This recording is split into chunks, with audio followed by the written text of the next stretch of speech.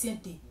So vous avez musicien bon vous na souci na bon parce que les musiciens batem la bon. Ba musicien ba vida. Ils ont musicien batem. Ba musicien ba vida. Wana na mona. Yemoro. Nani? Yemoro. Ya do wasokoko. Ah musicien. Yé pas télé la bon. Aza combien de concerts à beta wapi? Na so pekiso na bemission to beta lisola bato ba beta concert te. Ata Fikino ya salara plein. Quand ba sera des affaires internationales ya kala wana. Fikino nga tondi sa bana ba kotara. Banane. D'ailleurs concert mo ya Laurent parce que tala mona king to na Congo. Musicien ta téléspectateur ata fan na yo te. So ka dala ndako la. Bon le ya soko. Ya sokoko soki sokoko. Le qui n'est sonné. Boké tu premier.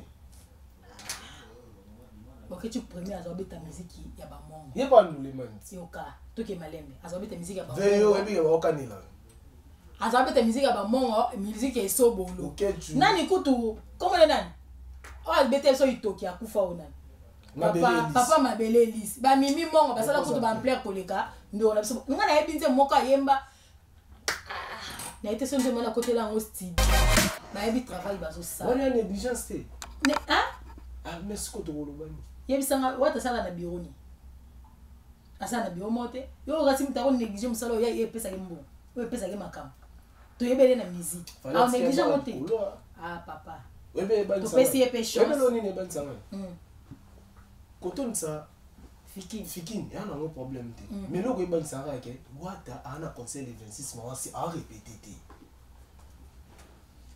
ba musique on ni musique ya kebote ya nzangoti musique ya nzemu bana ba répertoire na bango ya likolo molobeli ya batu bango ne ba otinda ka ba question oyambi musicien ya ata ya wata ata ya fali pour peut-être à répéter te mais so ebise beta vocal au beta kana beta bien maman wana to na plateau on a yebisa plateau so non seulement plateau et puis kuna sonorisation va vendre c'est là bango déjà micro wana za bien mixer ana ba vendre c'est bango ba eza bien équalisé yo kasi bango de bazana ba mise mike ole ba ya ba Cédric Mbungu wana ba smoke banane ba mise mike ba mise mike nene mazu maman la préparation na concert ya GD ate généraliste tout ça on a pour betsa na bino masolo o était libre artiste na bino yango lelo naza na plateau na concert na ngai de tous les temps au bino so boyebi bebe na biso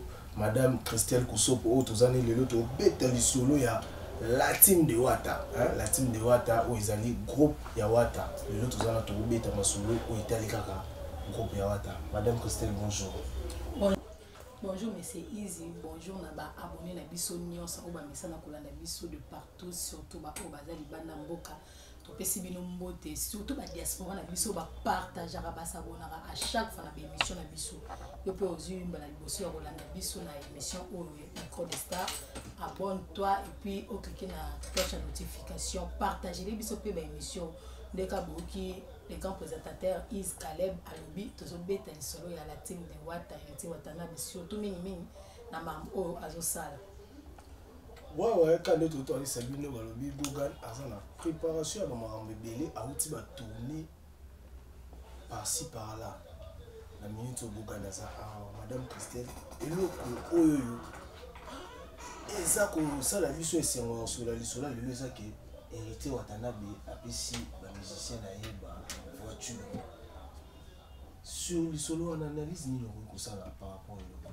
en fait déjà eza pas ya bien coup de chapeau na ye c'est pas facile les ba musiciens tout est basala rango ba musiciens mususu bango mo pe bazo bunda malgré baza pe ba grand basali ba kombo bazo bunda na olinga no stabilité ya yemo na parler na ye mais il y a un souci à ma collaborateur parce que tant baso travailler ensemble va comme ma collaborateur donc pour bango bazala ye peut faire ça pour ya zala bango peut faire bazala donc collaboration basali wana les autres permettre Watanabe azala o yazali lelo EPC coup de pouce va travailler bien alors coup de chapeau na ye to ebe déjà za mutu moko azala mutu ya malamu depuis kalawana za de nature ezandenge na ye to a forcer pe ezandenge na ye to ebi eza ba action malamu misana coup de chapeau.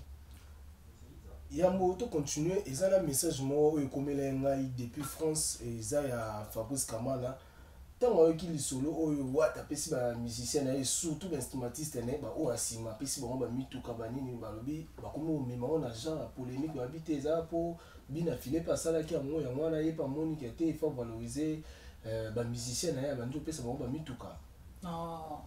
omoni kozala motema malamu na mokili ezalaka te fotala ye asala ye nini mpona basoso yanok nofomona voisin lambe esusu pour bamusu balia bapeka basoso le premier oui bamusu janvier bamusu balia soso le premier janvier eza bamususu balia soso so ana mbongo ekoza le premier te ekoza na jour normal na moi alene soso donc ya loka babilo musu sa ndeti nani bina fila asalaki yango te po asala concurrence na mutu wata pasa na te pasa concurrence na binafile ou soit ezaka ba exemple à suivre la mission des équipes binafile mutabandaki wata sali peut-être lobi kuna mutu bwa ça te botanga ba combat mission pour la polémique ba tu parole eza exemple mo ya bien elo comme la mbo betela ngo mabu to ko tsango polémique pour l'année pour te bi ke wana eza nature congolais anga sa nka polémique mo ni zonisa mais eza juste moko noble eza mabete eza le polémique pour na citer ba combat ba tout ko kende na ba mulongo wana ba polémique te ba source ezali o ba citer les biso quelques non ba instrumentiste o déjà ba zu ba mituka entre autres tozomona Gina Mbonda ba bi déjà zu da car na mikolo azo bi na ngo ya manzi kwa zu de abord na ba bi mikolo azo rené na ngo champion voix loupé ba lobi ye pas dans la borne na e basé belé au bazui mais bah esa série ça continue bango nyo surtout tene bazui loka ba na batasima tu vois pourquoi préférer ko bana na batasima omoni ko banda batasima ezara pourquoi parce que ala tenter ma mikota beta matolo ba yebi bango ka ba to instrument ya orchestre belé ba yeba nité ba yeba bango ka ton leader au boaka leader au senga e abetele lo moko nde place ba yeba na msusu musicien Mishka Cédric Mbungu baze belé wa small bazana bon ba yemba ba beti abi ko beta matolo abi ke so na beti matolo ko misa moi 10 000 moi 5 000 mais ba beta matolo na ndena beta mbulu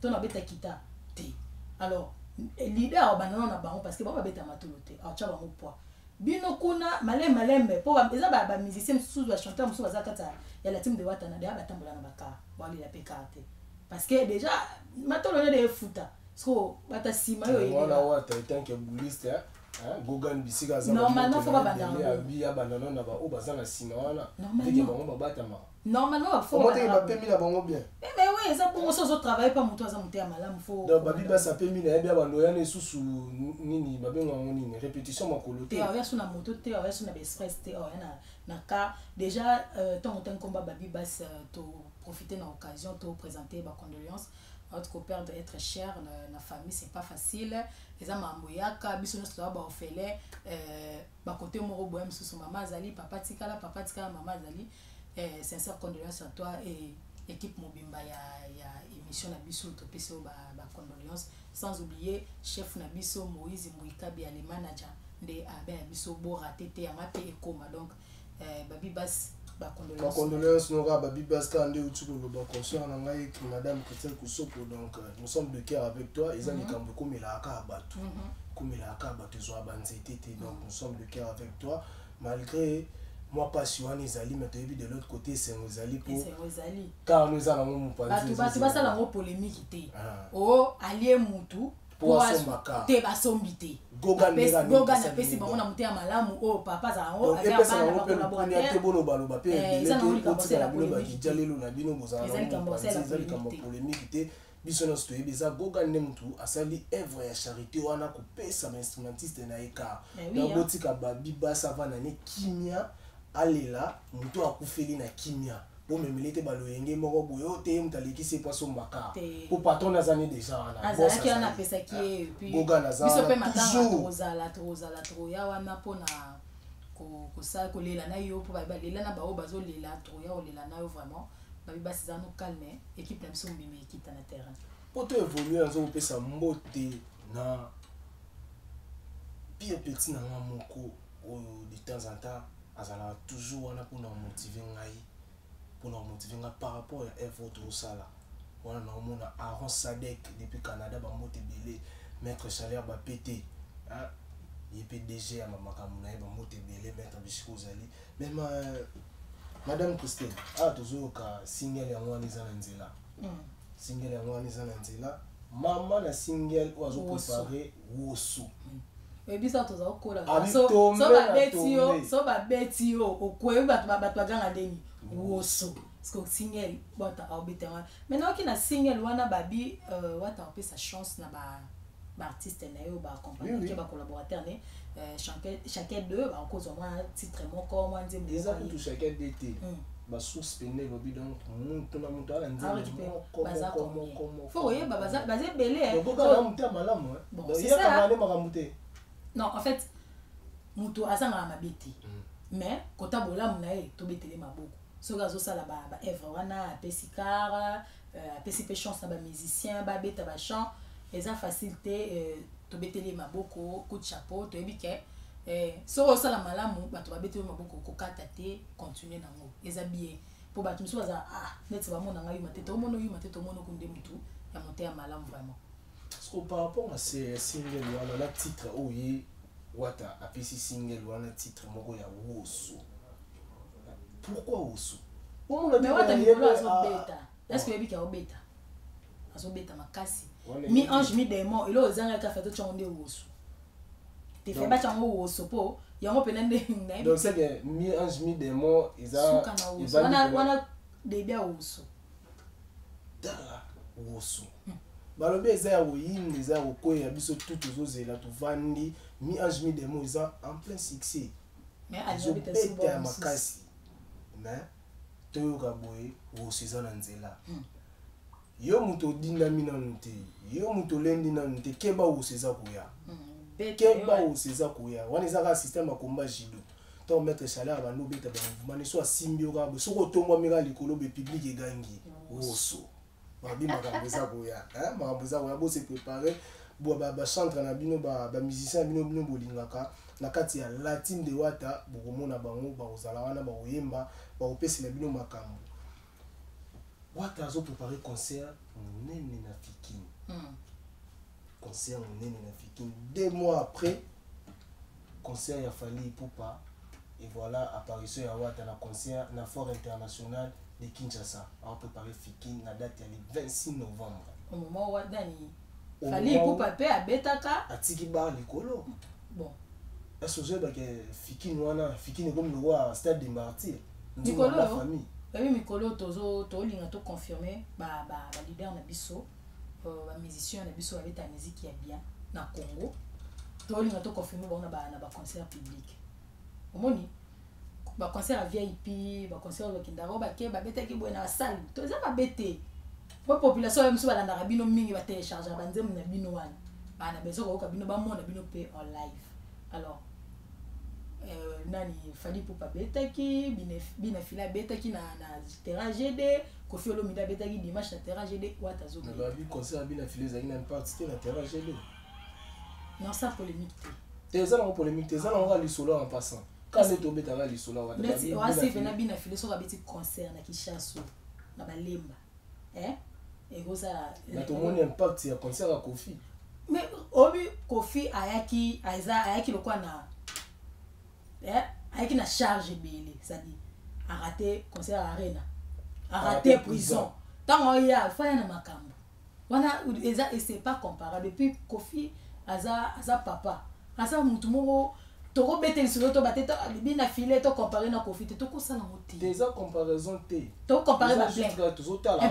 Impact. Koffi fait un impact ma casse. Tout à la impact. On a qui le lone ça. Wana to yebi. Qui le lone. Na ki lelo wana ke ba lo yemo quadre lo ba on abi mettre taza Alexis bino ba prise nyos. Atika moko ya yemo go so abeti o batala Alexis nyos. 10e bomba. 9 ya yo 10e yo ka. Madame Kupo so so bito landi na bomba ngamo ndingi kinelo. O ma te ke polémique et bima entre Fally na wata. Te polémique et bima. Ça fait 2 mois déjà. Polémique et bima. O Fally a sala plein.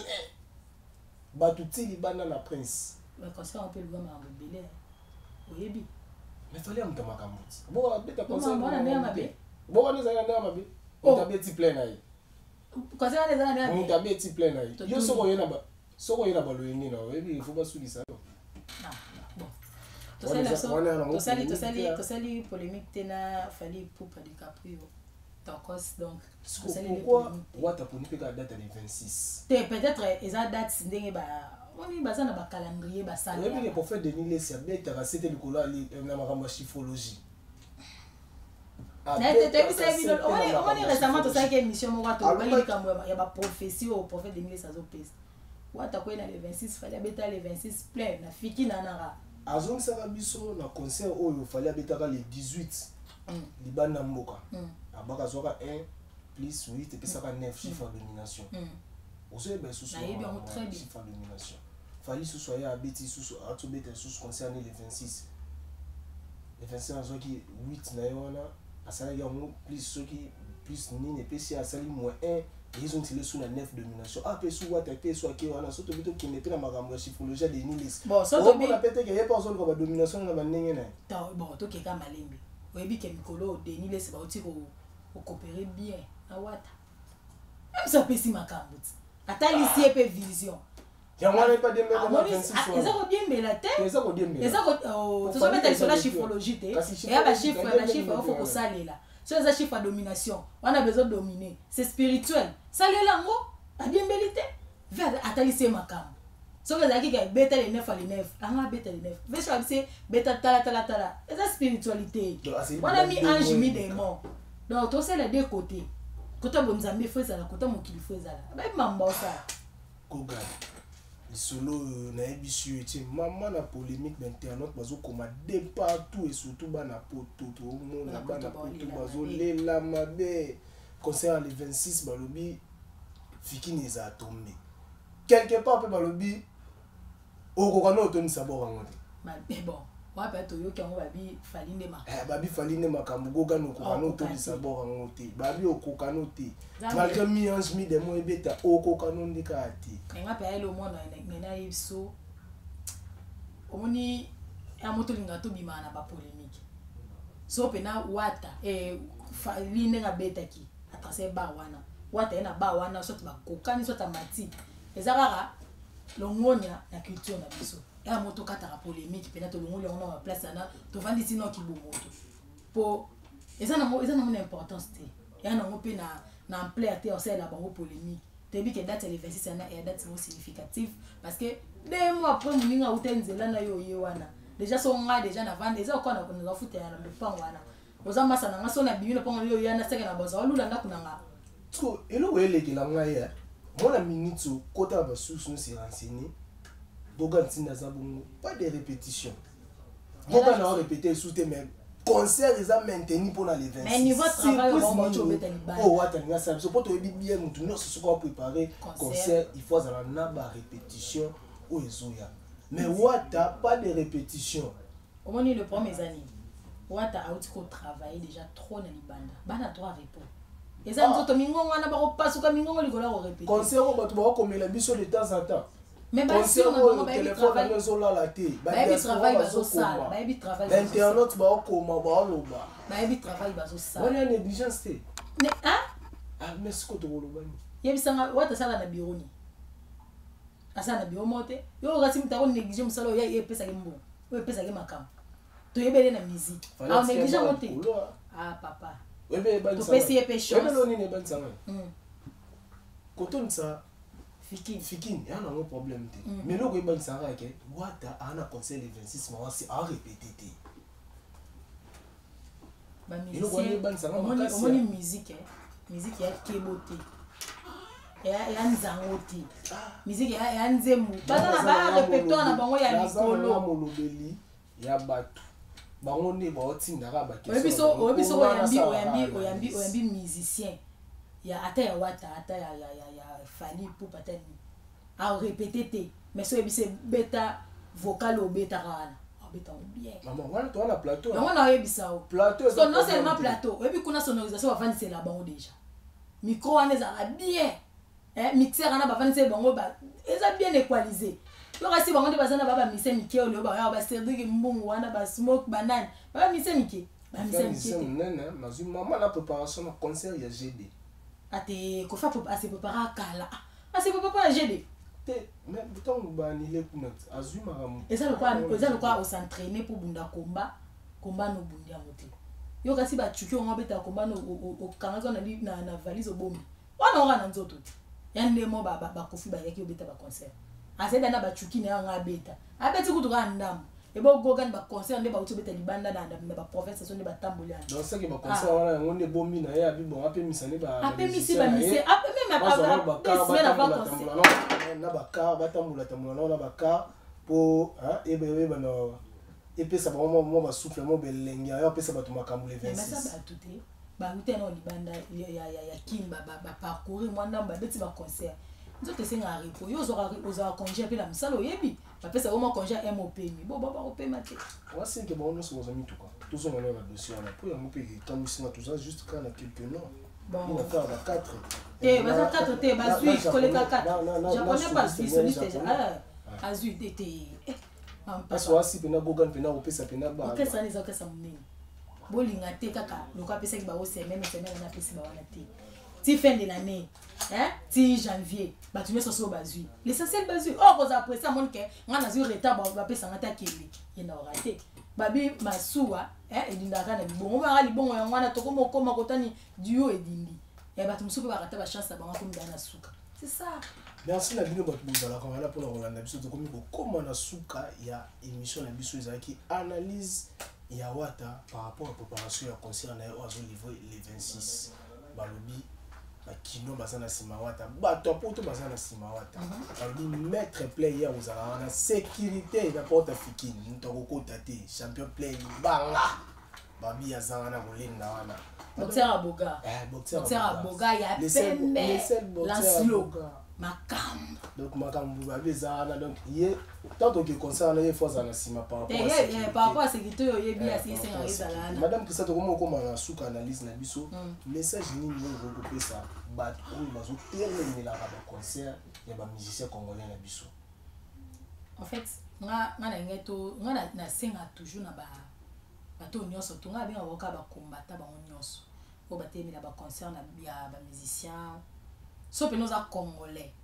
au colipe na Congo particulièrement na kin oyeba valeur ya musique na kati ya mboka na biso oyeba valeur ya musique na kati ya culture na biso parce que ba nigérien ba ivoirien ba camerounais ba brazzavillois ba banga biso so totali 5 marambo o babangela biso donc to kota deuxième ya musique ya kutu armée na biso te donc ba pays na biso ba banga biso rapona musique ba musique na biso ebele ba musique ba ivoirien ba ko beta rumba ivoirien lo ba lingala pona musique na biso ayebela ngondeni ivoirien tangi lingala te ma comment lo ba lingala po ayoka musique ya Fally ya Kofi ya Ferre ya nani alors so bo combattre loko zo panza ndeti elo ba Fally lo barabi lingala meilleure langue du monde siko bozo fina lingala wana biso na bino to sana bezo to tombola c'est-à-dire to ko punda pe français to kundi pe français na Afrique centrale pe français kundami lingala elo ba makasi wuti a mais bino bo combattre ngo eza mabete nga na lo barelo moko combat na bino ko kozana nango bien orienter vos combats na musique te bo orienter bozo mema combat na musique ata bino botika ba mission na biso ba evre cop na boyo ngana basala na ba bureau te bana ba bureau te basala na musique na bango baka na wana nde balesa bana bango bafuta ba travailler ba collaborateur na bango tala elo wata pesi ba mission baka na bureau na bureau ni aba bina fila pesa na bureau ni basala na ba bureau te vi na bango no se ngwana ça le quoi so obiso ko za ndeko na musicien abeta pa mutu a profiter na moi un rien wana imaginez siko ayebiso mikolo ba combattant mo ba combattre biso moto betete moto liezate o imaginer omiti na place ndeko no wana donc eloko bino esala bino po bo ba musicien te so boze ba musicien bongo boza na souci na bongo parce que to ba musicien ba temela bongo ba musicien ba vida ba musicien ba temela wana na mona ye moko nani ye moko ya lo waso koko a musicien ye ba temela bongo aza combien de concerts à beta wapi naso pekiso na bemission to beta lisola bato ba beta concert te ata fikino ya salara plein kutu ba serane za foire internationale ya kala wana fikino nga tondi sala bana ba kotara banani d'ailleurs concert mo ya Laurent parce que tala mona kin to na Congo musicien ta téléspectateur ata za fan na yo te so ka dalanda ko bongo le ya suko ya sokoko soki sokoko le qui n'est sonné Boketu premier Boketu premier azobe ta musique ya ba mongo ye pas nous les man yoka to ke malembe azobe ta musique ya ba veyo ebi ya okanila azobe ta musique ya ba mongo musique ya sobolo Boketu nani kutu comment le nani oh bete so itoki akufa onani papa mabele lisi ba mimi mongo basala kutu ba amplaire koleka ndo na biso nga na yebinze moko ayemba na été sonde mona côté là au studio mais Mamizali balobi rester branché na émission na bino micro de star tout ça là pour na décortiquer na bino l'actualité de l'heure au Italie culture na Kinshasa ti biso to international partout balobi yo mutu kangila ba musicien congolais ba porte libanda yo mutu boyiba yo mutu tie motema likunya pour ba beta musique extérieure te ya kotala bomba plein ya kotala bongo ba obeta kaka no midatiki bar likolo ya Laurent Sokoko yo mutu mesala ko financer bango na leki na libomu neno tambola na genda koloba ba n'importe quoi par-ci par-là asarana muta en ta mutu pena boye mutu azikitu mobimba ya en yo boketu mutu otemela ba musicien ça fait très mal ko mona mamba boye donc yo boketu c'est on na loba ngana zo lobeli omoko ivoirien ko combattre jamais de retourner na France na Angleterre na États-Unis pour ayo beta concert kuna ah ça na moteni nigérienne mais congolais na motema mabe motema mabe futaka te Congo obi soki obi parmi ba richesse ya mboka na biso to tanga prochainement na émission oyo ekoyamba la sima bambote belé na bino nyonso bozaki liboso ya batempe na bino pona kolanda analyse oyo tokutana la prochaine bye.